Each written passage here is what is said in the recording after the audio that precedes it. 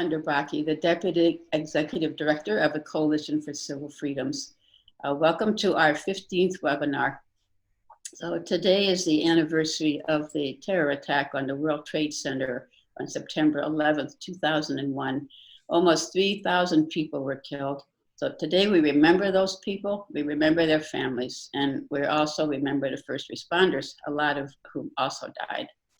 So this event left America in shock and in fear. People were afraid that there would be more terrorist attacks. And so the FBI was given the task of preventing the next terrorist attack. It was assumed that Muslims would be the perpetrators of future attacks. And so armies of informants were sent into mosques to surveil Muslims who had not committed a crime and had given no reason to think there was going to be a crime. But people were arrested, convicted, sentenced to long prison sentences because the government thought they might commit a crime in the future.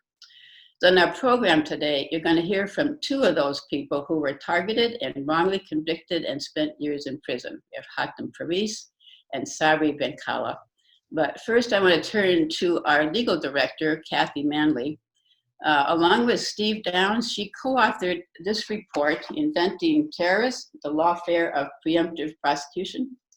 And as I said before, a lot of, and the post 9/11 hysteria, a lot of innocent people were arrested. And this study examined those cases, and the report tells you their findings. So Kathy, I'd like to ask you to describe your study and give us an overview of your findings. And if anybody has questions, please put them in the chat or in the comment section if you're watching on Facebook. Okay, thanks, Mel. My dog might be coming in here in a minute, but hopefully won't disrupt. To just give you a little background on our report, myself and Steve Downs were both attorneys, and we were involved in the Yassin Aref and Mohammed Hussein case in Albany, New York. The trial was in 2006, and it was so unfair. It really opened our eyes to what the government was doing to those two, and there were a lot of other supporters in Albany. We formed a group called Project Salam, and we started looking at other cases. And honestly, in the beginning, I was looking at them to try to help Yassin and Muhammad by saying, look, what happened? These guys are innocent, and can't you tell the difference? But when we started looking at the other cases, we saw that, no, they're not real terrorists either, that they're also, have been treated very unfairly. So we started studying them, and then in 2010, the Coalition for Civil Freedoms was formed. And what we did to study these cases was we looked at the cases that the Department of Justice calls terrorist cases. We first did a report in 2014, and then updated that the Department of Justice between 2001 and 2010, almost all Muslim, 99% Muslim.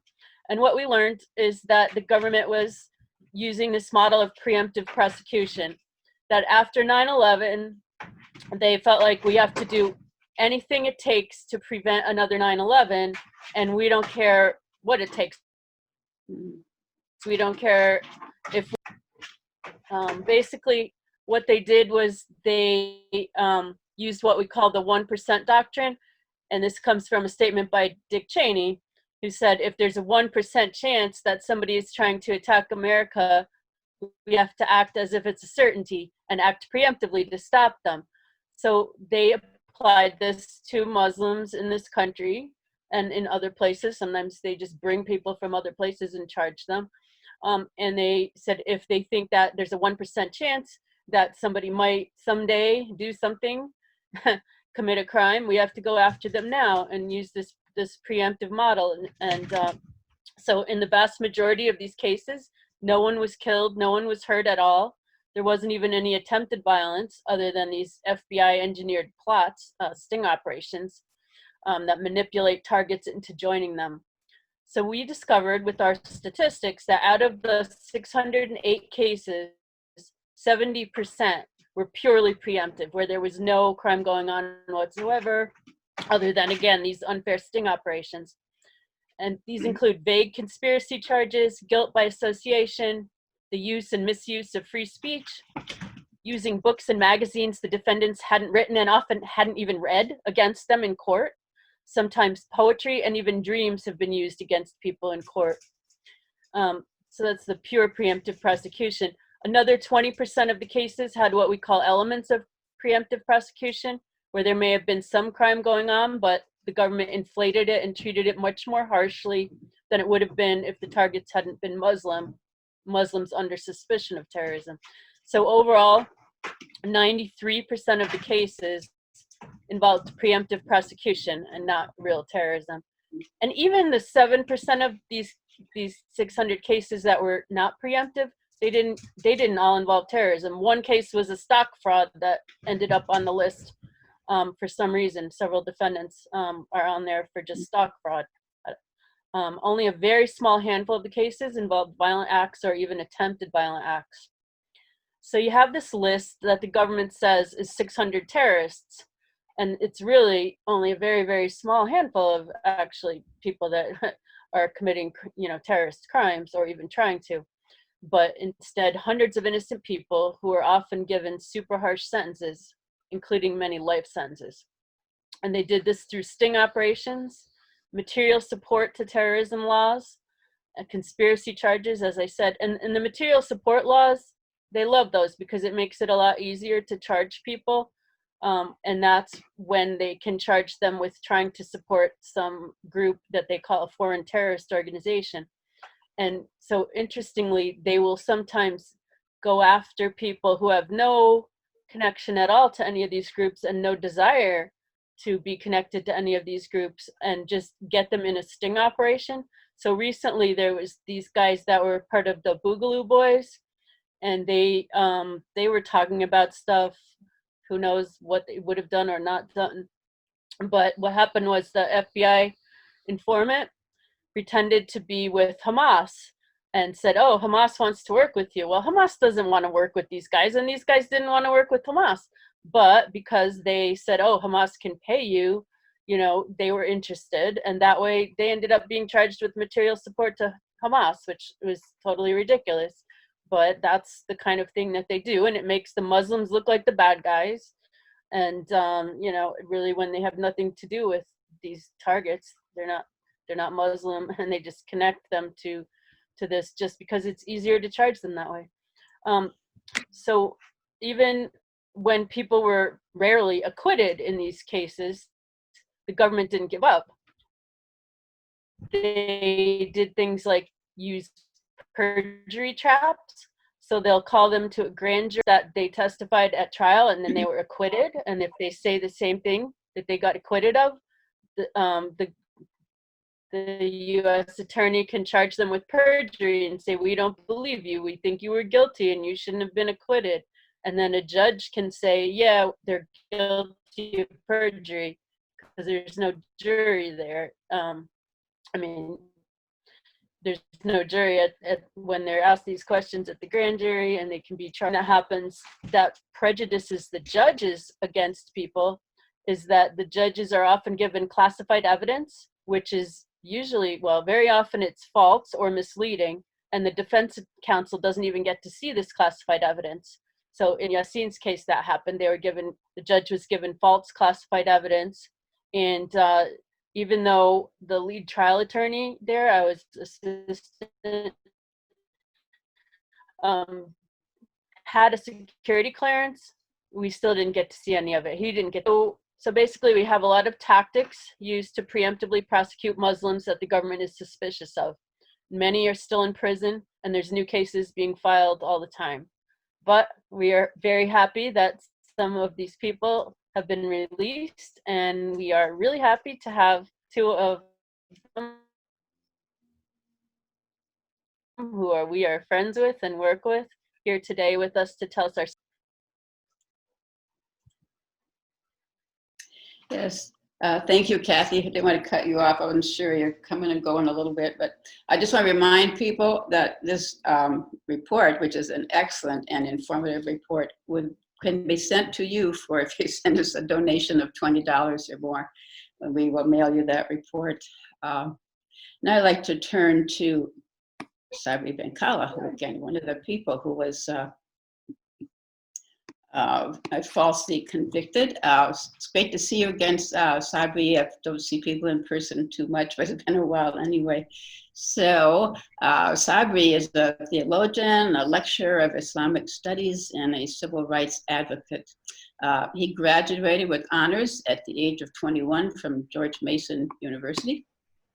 And I understand that you're currently teaching high school, and that you taught there before your arrest, and they immediately took you back when you were released. Is that accurate? Yes. Okay, that's great. Yeah. And so I guess you also continue to help your family with your medical supply business? Yes. Today? Okay. So getting back to what happened to you, would you tell a story about what happened to you in the past? Yeah, so in the summer of 2003, in the summer of 2003, I was finishing up my program in Islamic law at the Islamic University of Medina in Saudi Arabia.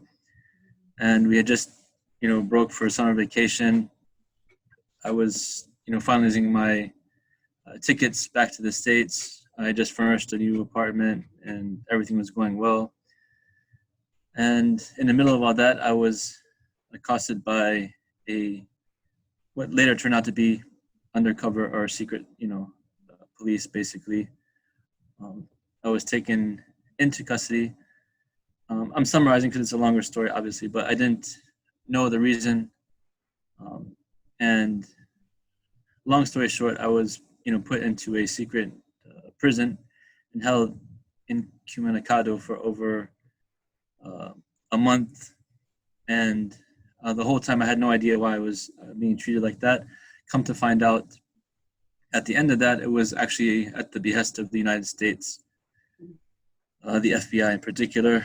They came, the U.S. Counsel, all this time my parents, my family were like, talking to the Congress people and the embassy and looking for me, and they had no idea.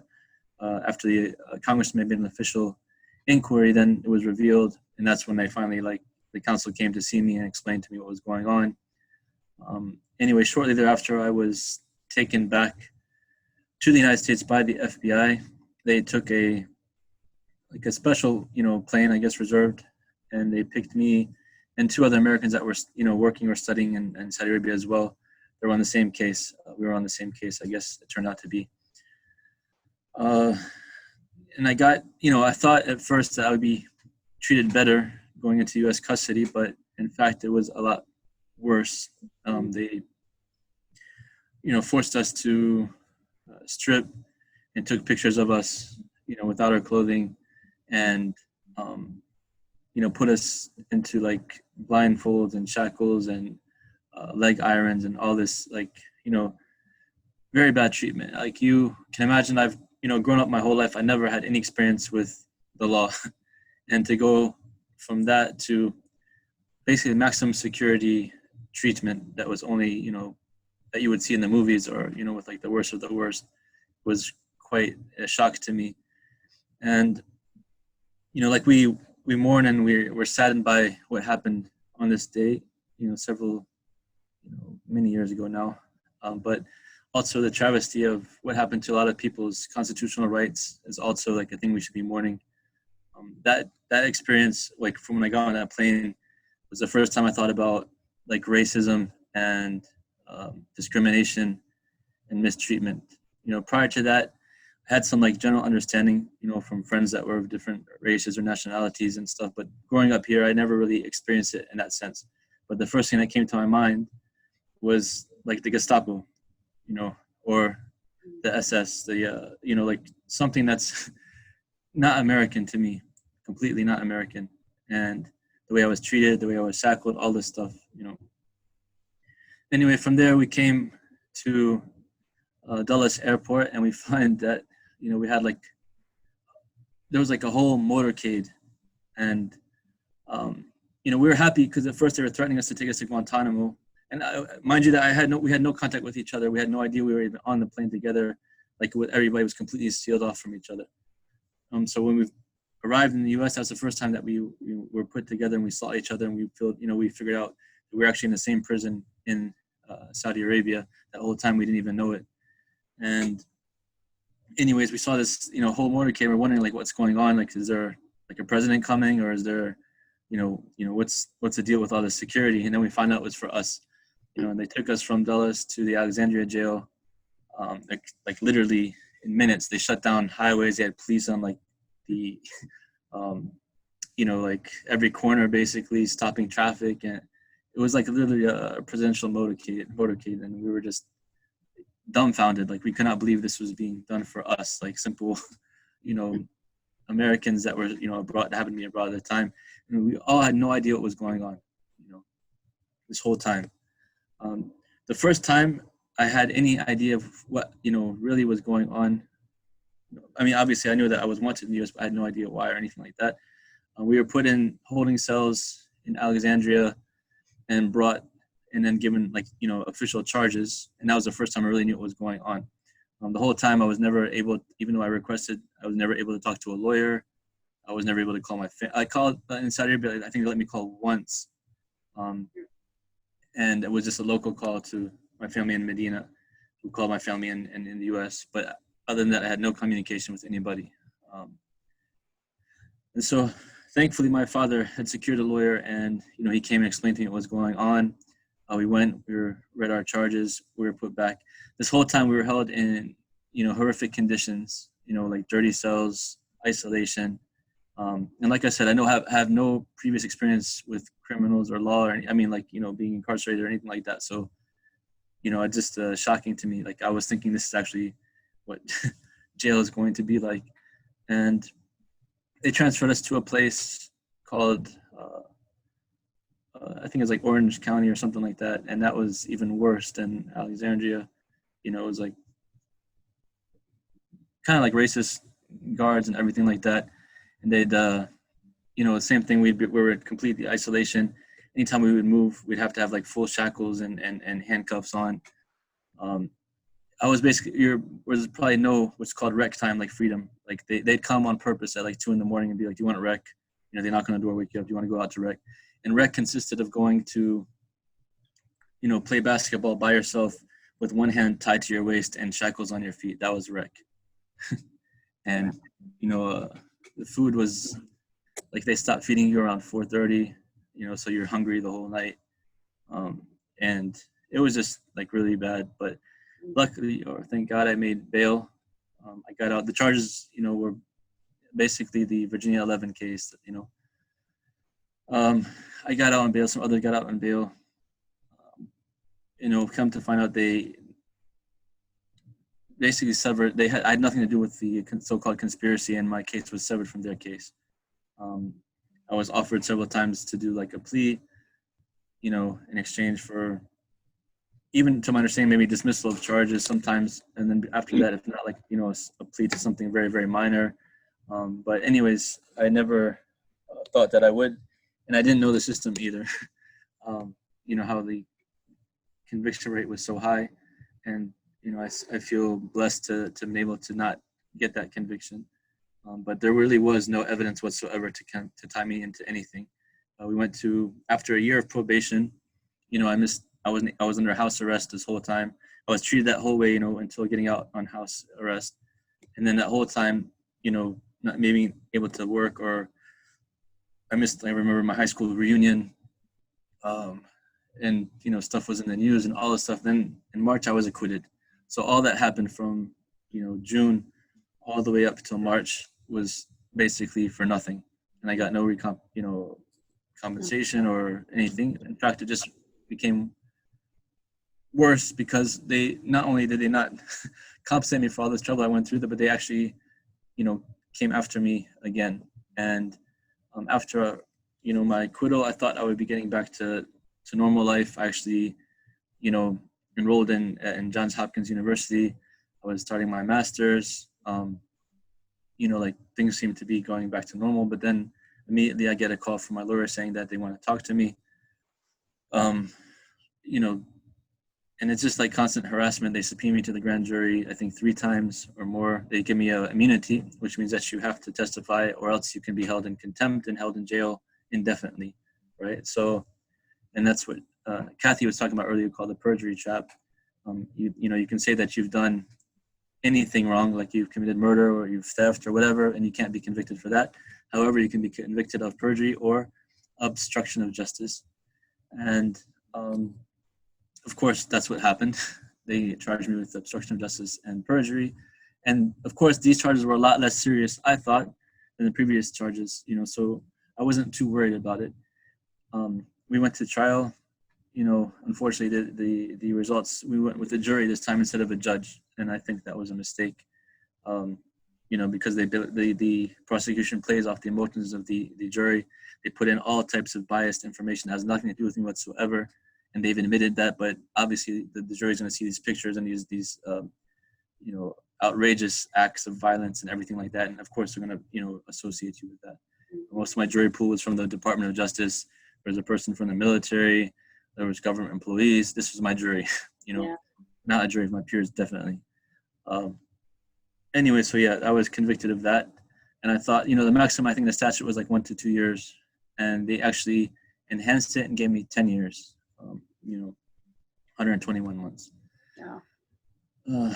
And yeah, so then the saga continued, and it was, like the feeling you feel, like the first time I remember going through that, the very first time, when being brought over and going through maximum security prisons and being treated so harshly. And then when you get out of the prison, you feel like, so refreshed, like you have a new life, like you really appreciate the freedoms that you have, your families, luxuries of simply like sleeping in a decent bed or having a decent meal that you're choosing, right? Mm-hmm. So then that was like snatched away again, during the conviction. After the sentencing, they let me out, after I was sentenced, after I was found guilty, they let me out pending sentencing. So my lawyer thought that, they'd give me some time to turn myself in, for example, because it's nonviolent, charges. But they surprised us and, they ordered that I be taken immediately. So I was snatched, from my family and, put into the prison system again. And it was just a, ride of like worse to worse, in a sense that, you have no idea where you're going, what's going on. I remember because my charges were perjury and obstruction, they had put me in like the, what's called like the suite of the Alexandria jail first, with like the rich people and the people that have very minor charges and stuff like that. And then immediately, like, they come and get me. I knew something like that was going to happen. And they took me to like, higher security place and everything like that. And then every time I got transferred from there on, I was held in like maximum security. I'd have several guards walk with me. I'd have to have like the shackles. And then my first stay, of this trip was in designation to the CMU. So after all the transfers and everything, I went to like Ohio. Same thing, I got to Ohio. I was in the population. I thought everything was good. And within a couple hours, the COs come and they call my name. Here we go again, put me in isolation. So I'm stuck in the SHU for all that time. Keep going. And then I finally get to the CMU, and it was amazing because I saw, a lot of people that I've known, for a long time, and it just was, like a shock to me. And at the same time, was a little bit of comforting because they kind of like welcomed me in and they kind of eased me in. So after going through all that. So that's the communications management unit, is that? Yes. Yeah. And mind you, I have no idea of prison, obviously, like the rules and all these other stuff, so everything is new to me. So I'm just learning as I go. But it was kind of a blessing to start there, even though, it was a very harsh institution and we're like cut off from our family and everything. But I had, a lot of really beautiful people around me to like help me transition. And I learned a lot, being there before getting transferred to like other places afterwards. Yeah. So it was an interesting introduction. Well, you want to explain some of the restrictions and how did the CMU differ from a prison?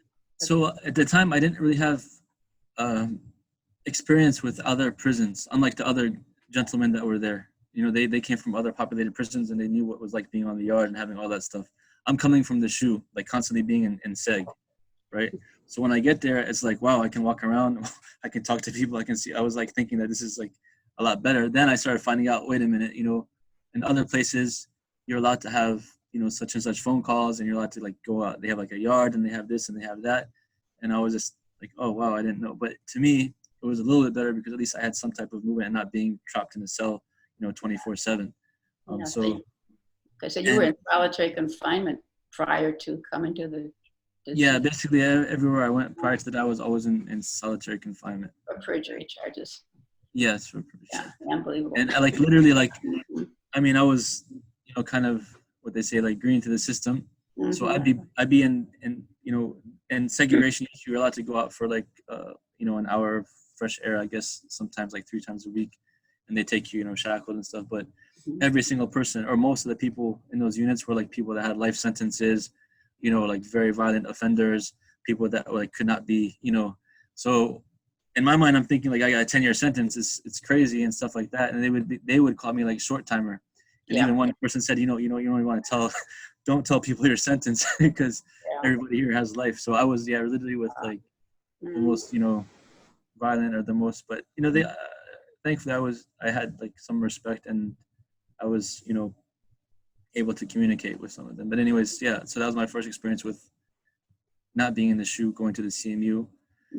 And, it gets like, as Muslims, we have like our faith that carries us through and gives us strength, that from God, basically. Like I never, lost hope. I never got gloomy. I always try to make the best out of a worse situation, so like, even if I'm in the SEG units, I would, try to get books or try to get something or write. If I could get paper and pencil, if they, once in a while they give it to me. I do extra prayers. Luckily I memorized a lot of the Quran, so I was able to recite on my own and stuff like that and just, keep going. Then when I got there and meeting, other companions, Hatem, he was there, he welcomed. He had a lot of nice, nice people there. Beautiful people that also, like the interesting thing about that unit, they call it like one of the most intelligent units in the BOP.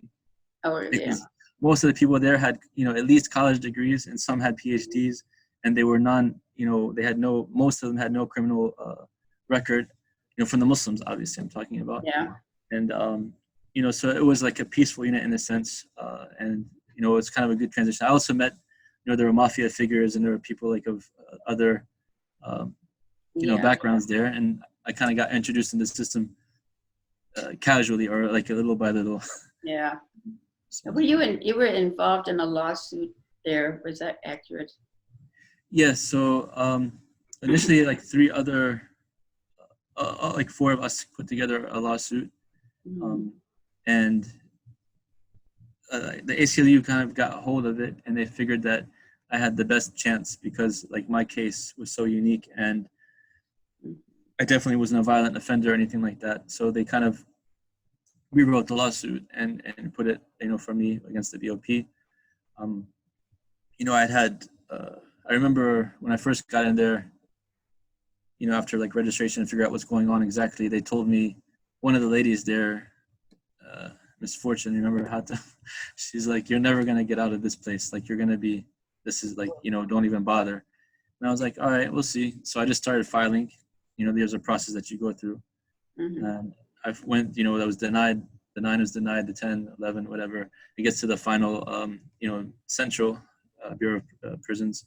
And of course they deny it as well. And then that's when you get to file the lawsuit. So the lawsuit was filed. And prior to actually going to court, the BOP settled with me. And they agreed to make some rules for people and standards for people to get placed into the CMU. And they agreed for giving people opportunities to get out. Right. Oh, okay. So I made it out after, I think, 3 years and some change of being there. Oh, okay. That was quite an accomplishment. Yeah, it was. Felt good. I'd like to open the door for the others behind me. And Anything else about the CMU you want to tell us, or should we move on? We can move on. Like I said, it's a mixed experience. So you have these super restrictions, and you're cut off from your family and from civilization and from the yard. but at the same time, you have some very decent individuals, who look out for each other. Like Hatem, mashallah, he was a very good cook, for example. He would make some Oh, that's wonderful. beautiful meals. But you're not allowed, you weren't allowed, oh, go ahead, sorry. Yeah, so like at those stages, they would, let us out, and we would like interact and stuff like that. And they, so that was like a consolation to us in a sense. But could you interact with your families? How was that? No, so that was the hard part. Like you would only have one phone call a week at the time. Before the lawsuit, it was only one 15-minute phone call that you have to schedule a week in advance. And if you missed it, there's no on rare occasion they may allow you to like reschedule, but usually you have to wait till the next week again. So if something happened, if there's an emergency, if a family member, you're just like stuck until the next week. And then visitations, people would come all the way from wherever just to sit behind glass for a couple of hours. That's it. Oh yeah. And on some occasions, I remember a family having airplane tickets and flying out, and something had happened, not even in the CMU but elsewhere. So they had a lockdown, and they couldn't get in. So that was the hard part. Yeah. Okay. Then we have a video of your release. But you went someplace else after the CMU, or were you? Yeah. So I was. I had like a tour of the BOP. I went after the CMU, I got to go to the compound in Terrell Hut, and I was there for a while. Then they transferred me to Butner, which is supposed to be closer to home, and it was actually. And it was a lot less stringent, I guess you could say, but something had happened there, and then I ended up having to go to the SHU again for like almost 9 months. Yeah. And staying in segregation all that time. And then they transferred me to Manchester, Kentucky, farther away from my home again. And then from there, I was supposed to get placed, released back to closer to home, but they put me up north in, what's that place? Fort Devens. Oh.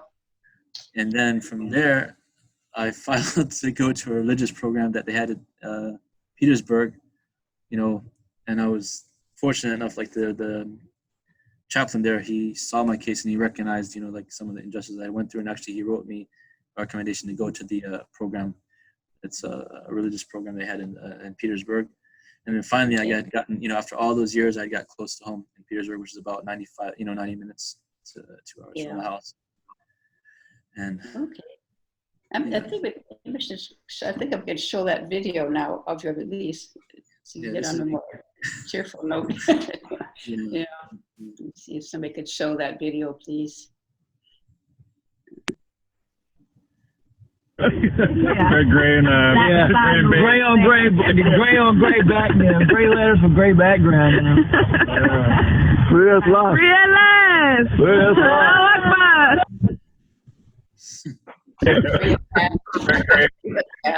Yeah, that's awesome. Yeah, it was. Yeah, it's nice somebody filmed that. Yeah. Anything? But how's your life now? Or things? Luckily, things have been back to normal pretty much. I experienced actually the harassment when I'm traveling, in the airports. Oh yeah. And also, I've had bank accounts closed, and consulting with lawyers now, and actually, care. You guys can help to see, because obviously I was basically punished for something I didn't do, first of all, enough, and then now it's like still, these remains, and it's just like, enough is enough. Let me get on with my life. Obviously, they know from the past they'd made statements that they knew that I was innocent, basically. Yeah. So anyways. Yeah, they don't like to give up.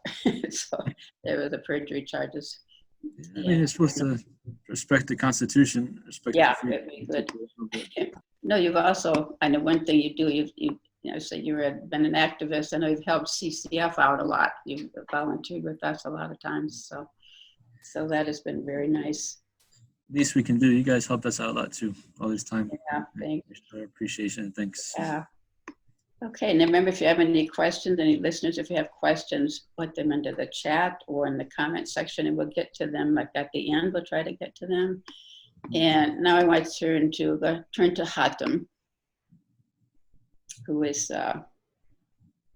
who's somebody, I know Hatem for many years actually. So, and he has a master's degree in computer science networking. He was just starting his doctoral studies when his life was interrupted by this politically motivated false terrorism charge in Tampa in 2003. So currently he's the executive director of the Islamic community of Tampa. And we are also very happy and lucky to have him as the development director of CCF, which he does as a volunteer. And so I'm very familiar with his case since I lived in Tampa at the time of his trial. And I actually went to the trial every day. In his case, there were 4 co-defendants. And one of them was Dr. Samuel Arian, who is the founder of our organization. So I knew both him and Hatem before their arrest. And Dr. Samuel is a colleague of mine from the University of South Florida, which was nicknamed Jihad University because there were a lot of people accused of terrorism there. None of them were terrorists, but got that nickname. So I was part of the larger community at the time, and I just want to say a little about the atmosphere there was just unbelievable. And the local newspaper was the Tampa Tribune that was on a mission to get convictions. And there's a lot of people locally assumed the government wouldn't bring these kinds of charges unless they had a case. But then, you know, a lot of other people, Hatem and Dr. Samuel, are both highly respected members of the community. So many people saw that these charges were ludicrous, but they were also afraid to say anything a lot of times. There was, you know, the FBI was intimidating people. And I just, as I, you know, this was quite some time ago now, but I remember our church, my church was one of the supporters of them. And we had times when there were people we were pretty sure were the FBI going through the parking lot on Sunday morning and writing down license numbers. So people were afraid that others would think they were supporters of terrorism. So anyways, a lot of weird situation there. So I'm going to turn to Hatem now, and can you just give us a summary of what happened to you? Assalamu alaikum, peace unto you all. Good afternoon, brothers and sisters. My name is Hatem Fariz. I am the CMU graduate. I am the director of the Islamic Community of Tampa, as Sister Mel mentioned. I am just going to talk briefly about the case and the injustice in the case, which is most of our cases are similar to one another. I just want to give you the timeline of how, you know, when the case started. The day I arrived from Hajj from Mecca, Saudi Arabia, just like Brother Sabri mentioned. On February 19th or 18th, I arrived to Chicago O'Hare Airport, and customs were waiting at the door of the plane, and they grabbed me. 6 agents grabbed me from the door and told me, we need to take you to a room. We have some questions and we will let you go. And this interrogation took about 4 hours. And I left to my parents' house in Chicago that night. The next morning, I traveled from Chicago Midway to St. Petersburg Airport back to my residence in Spring Hill, Florida at that time. When I arrived at St. Petersburg Airport, the terminal is outside. You go down on the stairs of the plane and you walk to enter the terminal. So when I walked into the terminal, the double door were opened by National Guard, 2 National Guard, and they said, welcome home, Mr. Fariz. That's the other issue I had, thinking why the 4 hours in Chicago. And in Midway, when I got on the plane, I had the holy water from Mecca. We used to have water. We used to carry, you know, we were allowed to carry water on the plane. And I had like I think it's a 2-gallon bottle can, and 2 FBI agents came to the plane and asked me, where's the liquid that I had in my hand? And I told them it's above in the cabin. And they said, Well, can we see it? I said, here, go ahead. They asked, can you drink from it? I'm like, yeah, sure. So I took a cup and I drank from it. And when we landed in Florida, the captain is like, thank you, sir, for making it a safe flight. I appreciate your cooperation with us. And then the National Guard, the door opening, welcome home, Mr. Freeze. Got home around 3, 4 o'clock in the afternoon. And 5 o'clock the next morning on the 20th of February, that's when they came. And when they knocked on the door, my wife is like, the government is outside, coming to wish you welcome back. So go open the door for them. I'm like, no, you go open. So we start arguing. Then they wanted to break in because, you know, they wanted to come in or they want the door open immediately. So I went open the door, and the next thing, I'm on the floor with handcuffs, leg cuffs, waist with a chain, and then a chain to connect all three, and a black box on my hands. And they wouldn't let me say, kiss my children or say goodbye to my children. They put me in the car and drove me down to the FBI building in Tampa. And on the way down, the agent was looking at me when the sun was coming. It's rising, beautiful in Florida. He's like, enjoy the sunrise. You'll never see this moment again in your life. Like, all right, we'll see. So we went down to the station, to the FBI building around 6:30. We were there, and they put me in one of the rooms that have boxes and boxes of documents, and the box is written on it, USA versus Mazen and Najjar. And I'm like, okay, where are we going to? So 2 agents came in and they said, Mr. Fariz, you need to start talking because the others are talking. I'm like, okay, I need to know who the others are and what they're talking before I start talking, because I don't want to waste my time, give you something that they already gave you, shared with you. They said it doesn't work this way. Then I'm like, it doesn't work that way either. And then I asked for breakfast and my medication before I start talking. They gave me a breakfast bagel with cream cheese and orange juice. Then they gave me my medications. Then they said, are you ready to talk? I'm like, no, I need to make a phone call. Call my wife, tell her where I am, what's going on. So I called my wife, and they're like, are you ready to talk? I'm like, no, I'm not ready to talk. I need to go pray. So I just kept dragging until 9 o'clock, until the arraignment time came in, and then they start radioing each other. Room 1 is ready, room 2 is ready, room 3 is ready. I walked out. I was in room 1. Then room 2, when they opened, I saw Sammy. I was shocked. It was the night before. He was like, can we see you tonight on Thursday? Everybody's missing you in Tampa and they want to see you. I'm like, I can't come until the weekend. I have a lot of work to do and I need to catch up Thursday, Friday, and see you guys on the weekend. And then when he walked out of the room, he said, I told you, you don't want to come today. So you came forcefully. And then when they opened room 3, that's where the shocking came in. I saw Brother Samih, may Allah have mercy on his soul, coming out of room 3. And then they took us to court. The rest of the story is too long. The details are long. There is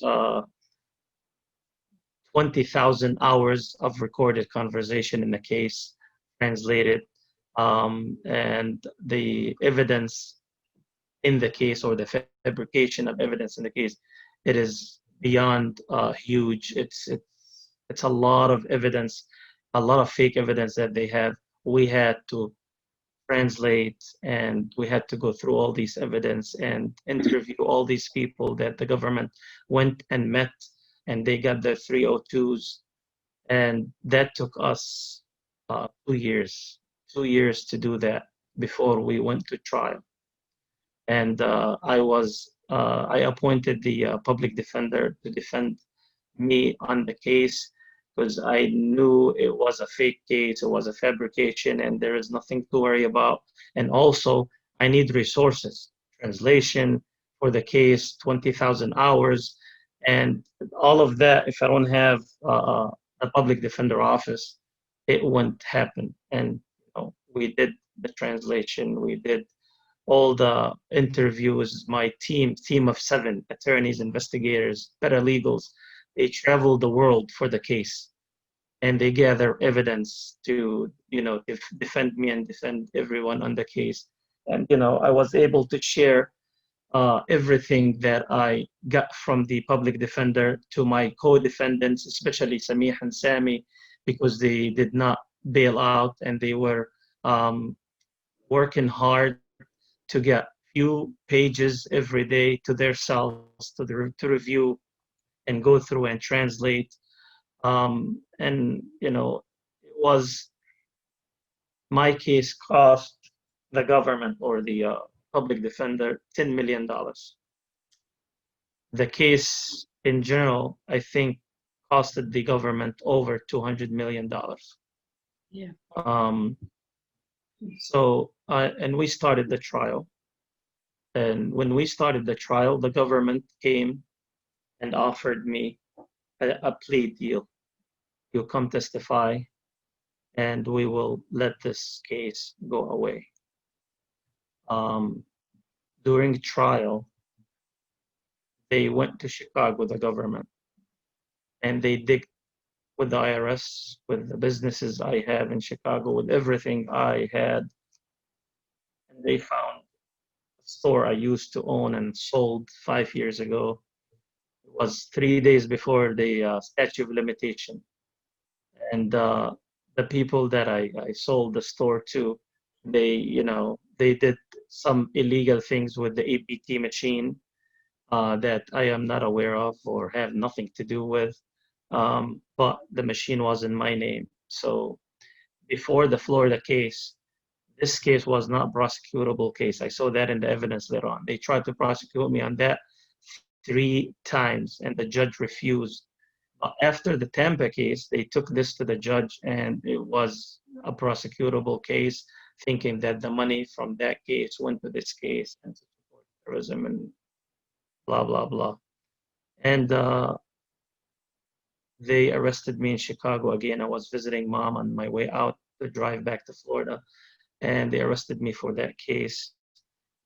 And I bailed out again after I bailed out for the first case after 2 months of incarceration, and went to the judge and told him that this case is a leverage for the other case.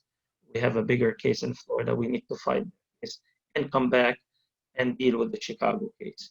The judge granted that. He put basically that case on the shelf for a long time until we finished the Tampa case.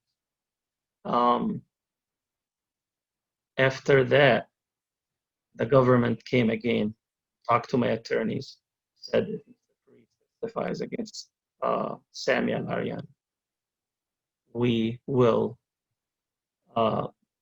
just get him out of both cases clear. And I continue to refuse because I have nothing to give them. They have more information about me and the others than ourselves, basically, with all the wiretaps that they had running on us. 47 numbers. Every 3 months, you get to renew the wiretap by the judge. There are some wiretaps they were recording without a renewal, so they could not admit some of these phone calls in court because it was not legal. It was not, approved by the judge. And that filtration process took us 6 months to filter every phone call if it was under the judge signature or ruling or not. Is it going to be admitted or not? And if it's admitted, we need to retranslate what the government translated.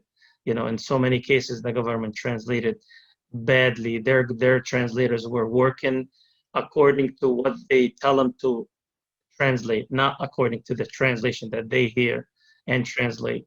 And when they want to translate for me, they would get somebody from the East region while I'm in the West region, and the dialogue is different and the understanding is different. So there's no way that they can understand what I'm talking exactly. If I'm talking to one from my area, from my village, from my city, or from with another person from a different country. So we had that issue sorted out, and I told my attorneys if they come offering again this offer, you just respond to them with no without coming back to me. Because if you do come back and ask me again, I will fire you. I will hire a private attorney uh, after that. So, and at the end, nothing really worked with them. They tried, so we went to the trial, and it was a long, lengthy trial. Thank you, Kathy. Thank you, Mel, and thanks the human rights that stood with us during our trial for 6 months, 8 to 5, every day, 5 days a week, in front of that courthouse, raising banners saying that Hatem Fariz, Sam Al-Arian, Samih Hamoud, Ghassan Balout are innocent of any wrongdoing, are innocent people. So thank you guys for the support. And that made a difference in the media, in the eyes of the jury, in the eyes of the judge, and everybody else. Now, at the end, when we had mistrial, the results of the trial was Samih, may Allah have mercy on his soul, was acquitted, but deported because no citizenship. Ghassan was acquitted, and he's back in Chicago now. Me and Sammy, we had 9 counts. Sammy had 9, I had 8. The only difference I had was he have more than I did is the immigration issue. So we start working a deal with the government to plea for a lesser charge. So they don't have to go another trial and waste another $200 million. Us go through the hassle again. So we came down to an agreement. Sammy got 57 months plea agreement. I got 37 months plea agreement on the Tampa case. And the Tampa case put me in the criminal category number 1. And when they did the calculation in Chicago, I did not go trial because the attorney says, just do a deal in Chicago. You'll get the same time. You'll get the same probation, and the judge is a UCLA judge that is fair, and he does not go by the guidelines. He goes with whatever it's fair. So I agreed with my attorneys in Chicago and attorneys in Tampa, and at that time, the judge decided to go with the guidelines. So being criminal category number 1 in Tampa, added to the POS in Chicago, that put me in 57 months of the guidelines. So the judge gave me the 57 months of the guidelines, and he said, you'll serve them concurrently, 3 years probation, same supervision in Tampa. You'll have a place of your choice, prison of your choice. So I chose where I want to be. It was granted. Everything was granted. Self-surrender was granted. The judge in Chicago was a great judge. And then he said, once you move back to Tampa and start your time, it'll be a Tampa case, supervising both cases, basically. Judge Moody was the one that resided last on the case. They gave me a date in June. I asked the judge to extend it till I finish Ramadan and the celebration of Ramadan. He gave me an extension for July or August. Then I asked for another extension because I want it to be for the sacrifice holiday, Eid al-Adha, because I'm going to be away for 10 holidays from my children. So I'm like, let me spend this one with them.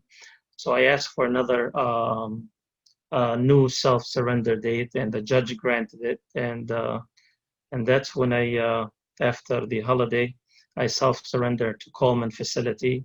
I was in the law.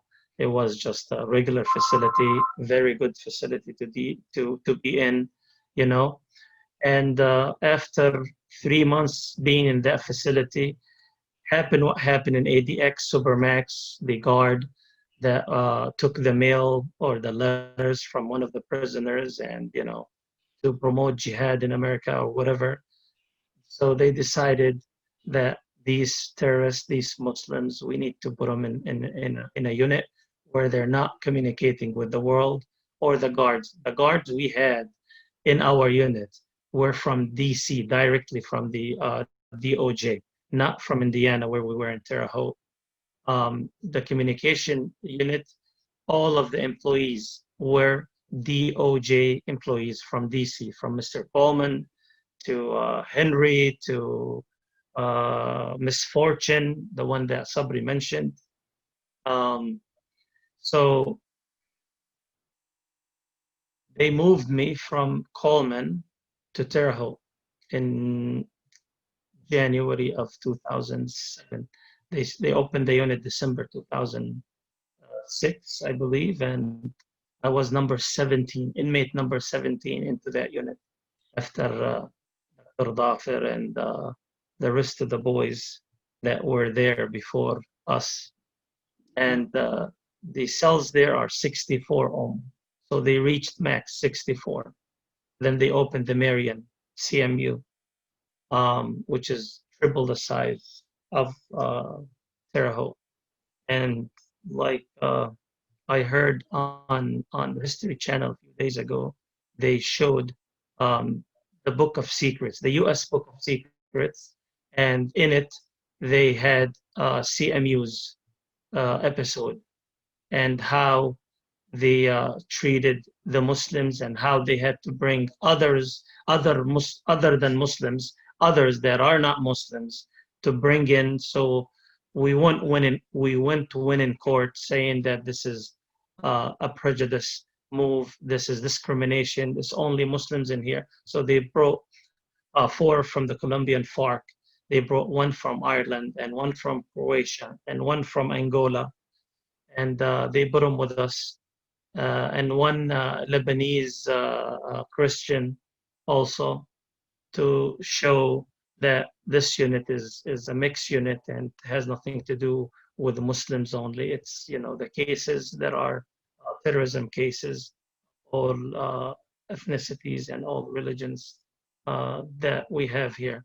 So, and we did time, just like somebody mentioned. I'm not going to go through the time. The only issue we had, it's a management unit. Your communication is limited. You have 115 minutes call a week. If you missed that call, you cannot make it to another person. It's gone. 2 hours a month of visitation. Imagine you're in the middle of nowhere in Indiana and your family in Florida. They have to travel. Nearest airport is Chicago or Indianapolis. 3 hours drive, both airports, to get to Terre Haute. The tickets, the hotels, the hassle, and to come see you for 2 hours on the phone behind the glass. Mm-hmm. And that didn't happen every month. They happen once a year with me. We could not afford to visit every month, fly in from Florida, and do a visit. But I did have other visits, the other months from family members like my mom, brothers, sisters, aunts that came and visit, who are in Chicago, who are very close to me. But it still was 2 hours a month. It was behind glass, and the meal would be a whole month before I got any letter. I mean, when I got the mail, it'll be all the news, and the person was sick in the hospital, already in bed and buried, by the time I get the letter. Mm-hmm. And it was very bad situation in CMU. It continued to be till today. There are still people in CMU suffering. I wish them the best. I want to go back to the case and the leverage of Hatem Fariz being a leverage in that case. Recently, we have been talking to government prosecutors, attorneys that were on the case, and I was told personally, Mr. Fariz, you had nothing to do with the case. You were taking leverage. against Sammy because they did not have evidence strong enough to convict Sammy. You were the closest person to him, and you were leverage on that case. They have not enough evidence on him. They have nothing on you. The only reason they got you, and he said, listen, I told the government, this is bad and this is going to make us look bad, but they insisted, DC, it was coming right from Ashcroft himself, insisted in DC that this case must go, must run, must happen. And they could not done anything. Either they resign or continue the job and continue with the case. And that's what they did. Mm-hmm. You know, just to be clear too, I mean, you were acquitted of all of the terrorism charges. Yes. You and Sammy both, let's be clear about that. And Sabri was put in a CMU for perjury. You know, it's extremely harsh. Yeah. So, yep. Anything else you want to say about that? I mean, Hatem, sorry. About the doing now, if you would like. Acquittal of the terrorism charges. Mm-hmm. Well, you know, like I said, they did not have a case. The jury saw that. Yeah. Anyone that sat in that court saw that it doesn't take a genius to figure out the results or to figure out what they have offered on the table, that they have nothing basically. Yeah. Even with all these, they called over 100 witnesses. The government called over 100 witnesses to come testify, to affect us, to affect the jury. But unfortunately for the government, most of these witnesses were good for us and they did not harm us. They harmed the government case more than they did in ours. Yeah, the trial was ludicrous, to say the least. So I looked at, come and move on to, you've been busy since you got released. My view of Hatem is that he never sleeps. You're always doing something. You're doing a community outreach. You speak in high schools for my friend James. You went and talked to his class, I think. I was thinking to speak in colleges, and anybody asks for anything, you do it for them. Yes. And I mean, the list could go on, but we've got a couple of videos here. And since the pandemic started, a lot of people in Tampa and around the country have lost their jobs and their incomes, of course, but they still want to eat. So I just want to show a couple of these videos, and then I'm going to let you update us about it, about what you and the Islamic community of Tampa is doing about that.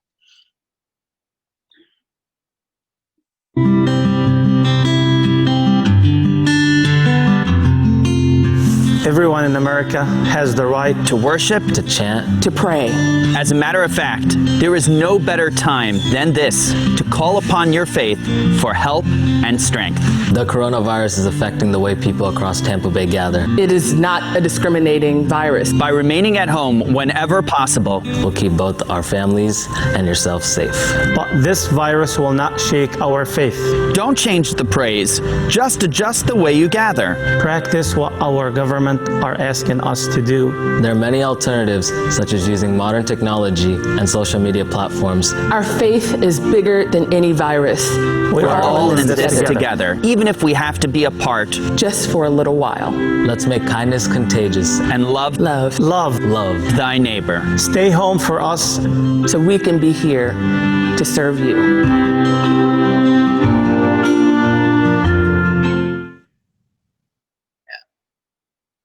And then we do have one more also.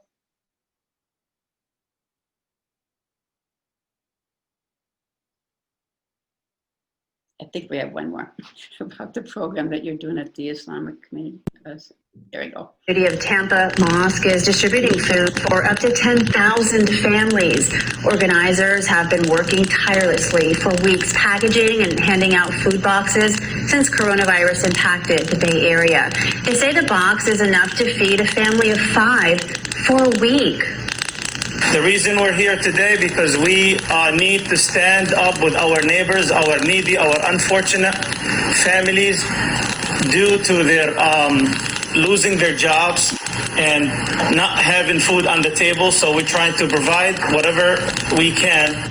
The mosque distributes food twice a week by drive-through on Mondays and Thursdays. It will also deliver to seniors who are unable to make it. I say that is just so amazing. I can't believe you've been able to do that all this time. So tell us about it. Mel, do you guys have the Fox News one? I don't know if we do or not. Okay. I wanted you to show the audience just a clip from the Fox News. Okay, let me see if we can find that. If it's available. I sent them all to Lena.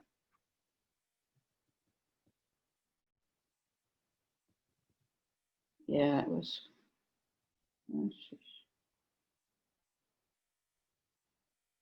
Anyway, this When did you start doing it? That's what it's been months now, hasn't it? When you started the we started this back in March, and we continue to serve the community, to serve our neighbors, people of other faiths, not just Muslim community. One is welcome. We do deliver to the elder, the seniors, the ones don't have cars in our community. They have come from 50 miles drive for this food distribution and money distribution and meat distribution that we do weekly. And this here.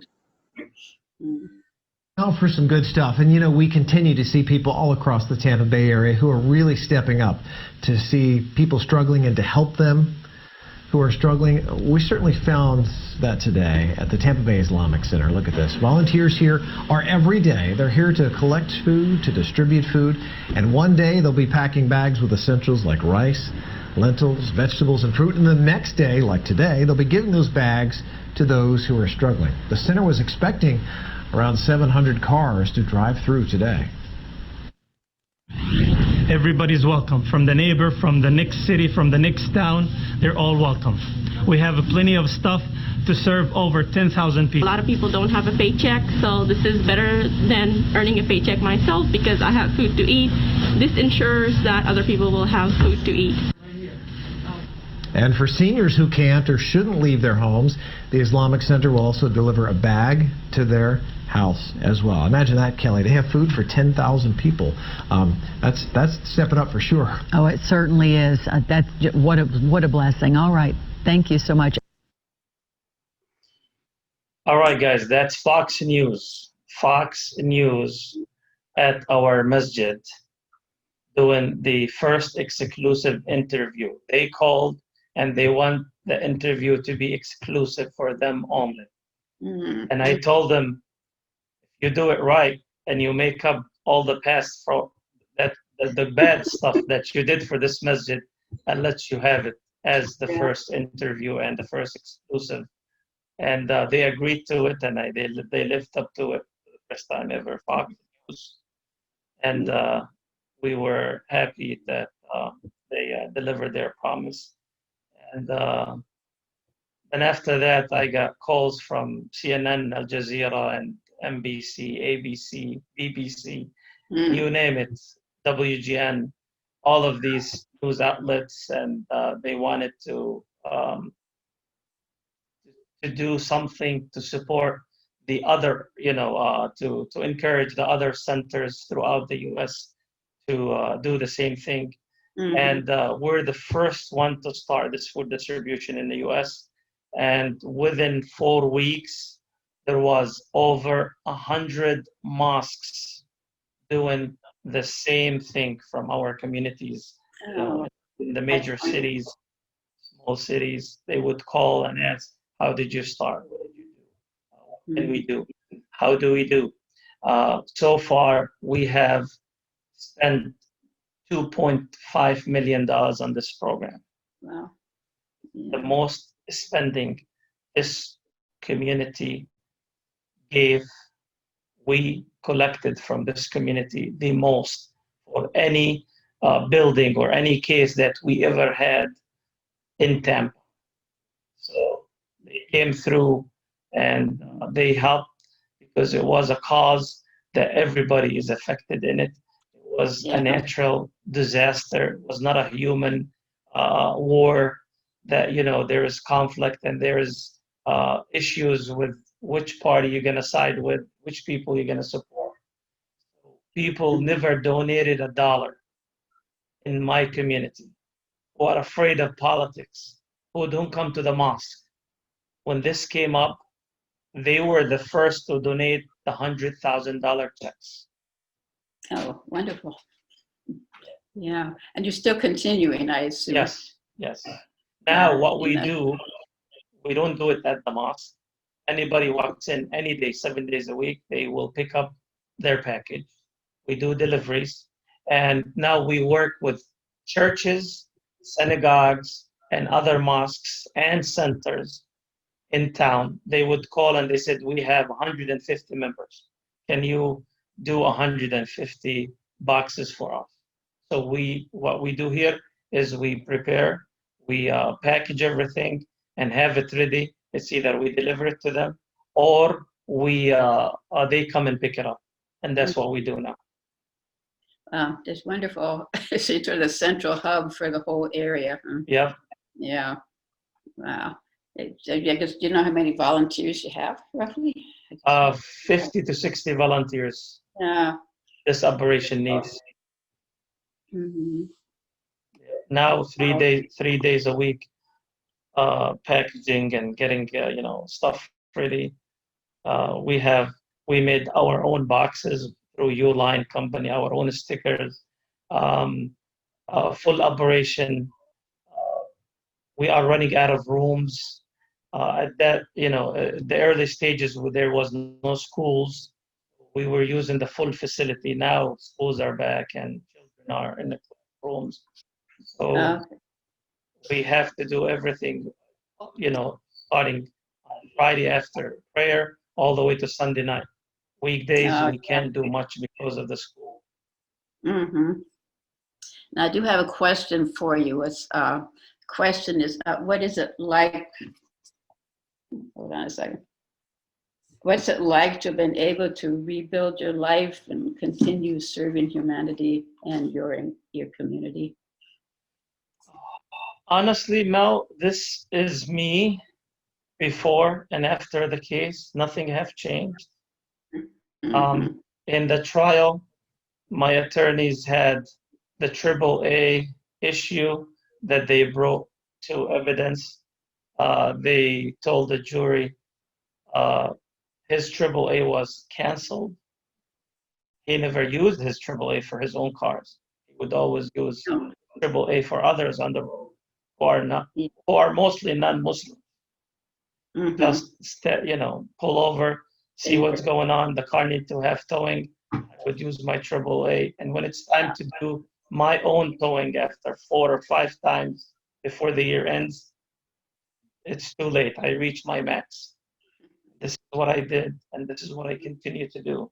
Yeah. Even though in prison, that's what we did, and Sabri can attest to that. Whatever $15-20 that I have in my commissary account, I would buy stuff and you just put it on the table for the unfortunate to come and share with us the meal or the extra stuff that's available in the area during the 3 meals. These are incredible stories here. Now that I am hearing from government, high-ranking people about this fabrication of our case, it makes me feel better. I don't feel sad. I don't feel, because every stage I did in the case, whether it's the trial where we had all the friends like you and others that stood with us, we were as a family fighting this case. When I went to jail, I met another different, beautiful family, like Brother Sabri and the rest of the brothers.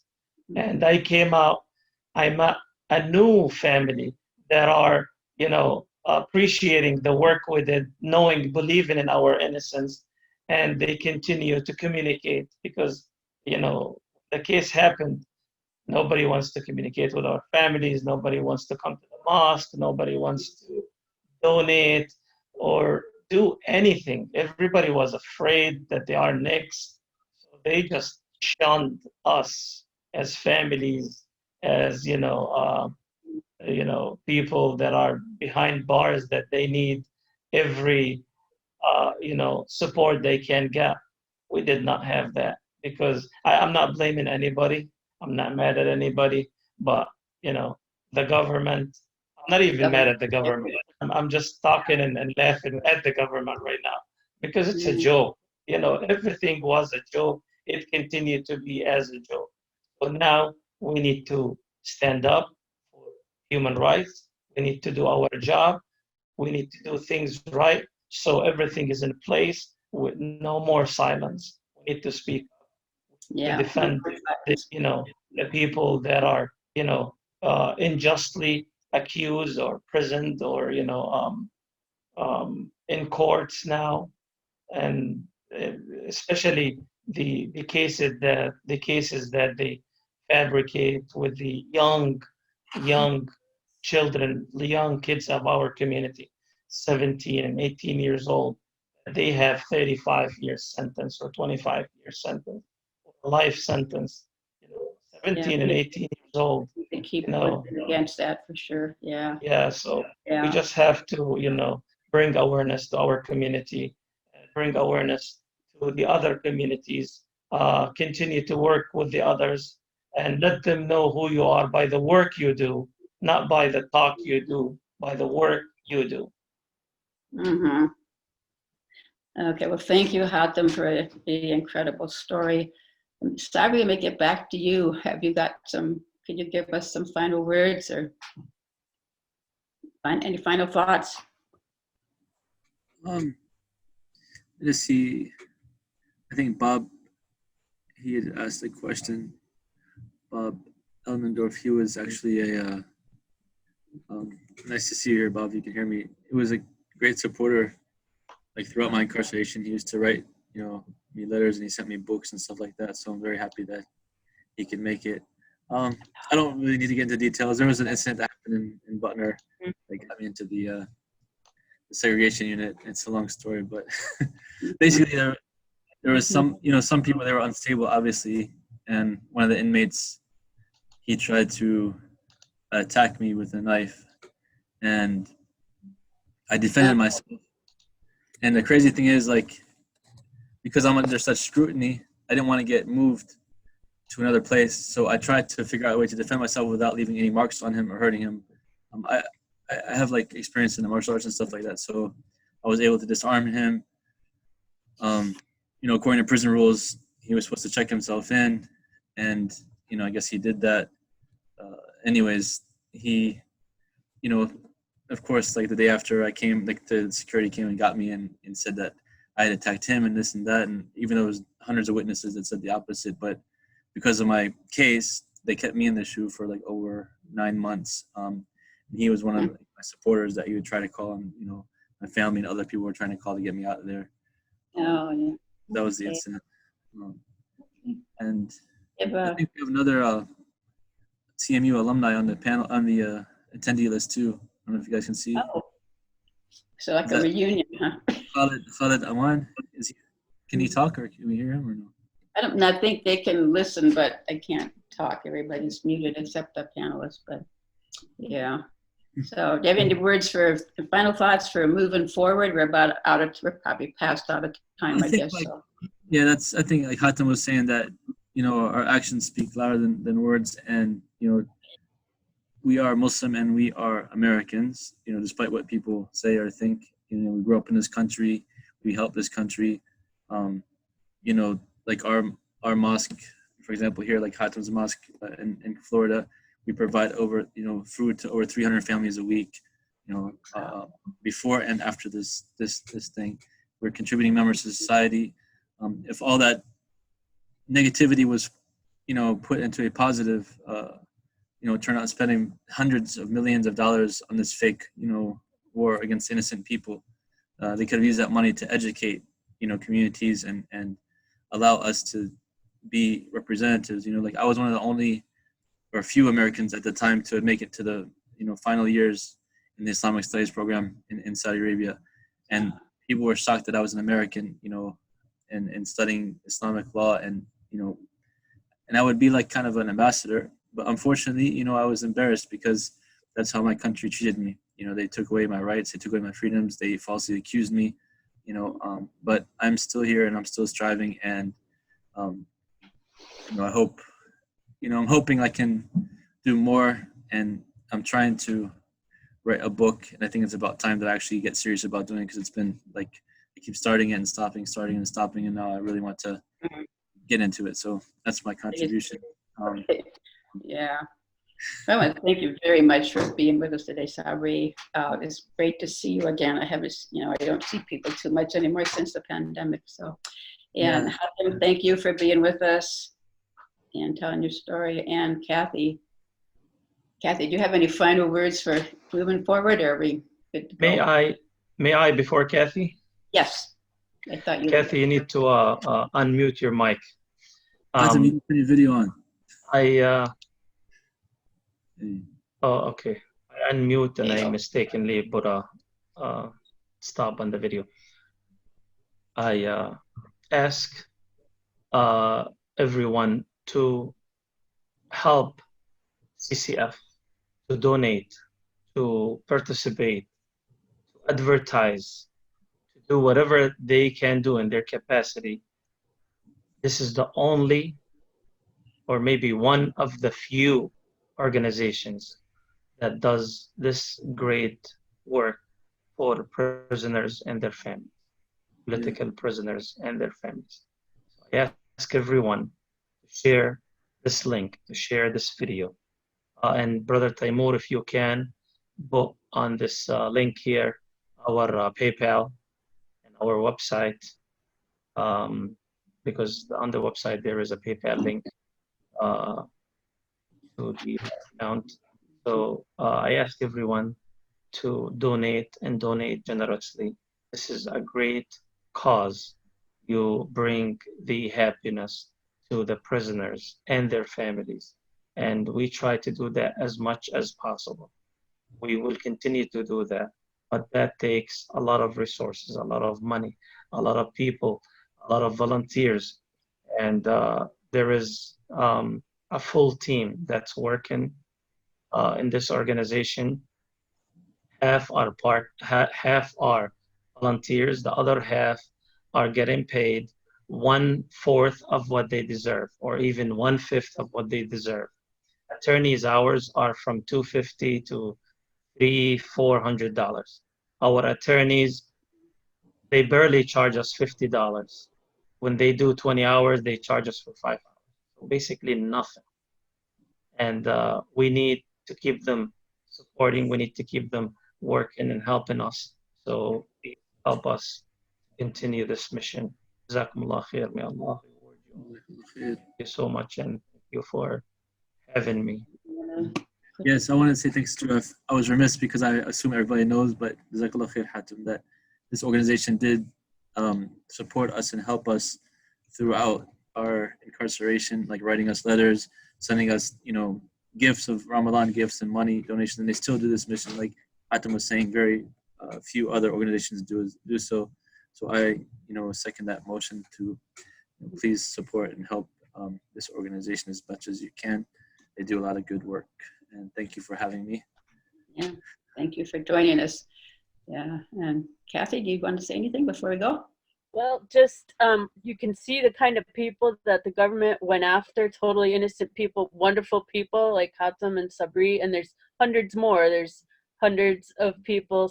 There's at least 200 that are on our Ramadan support list that are still in prison. There's more being charged all the time. So we really do need to let more people know about this, and we do need your support, because this is still going on and it's not right.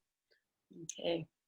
Well, thank you again to everybody. We also have a mailing list. If you'd like to get on it, send an email to civilfreedoms@gmail.com. And I'm gonna say goodbye for now. See everybody next time.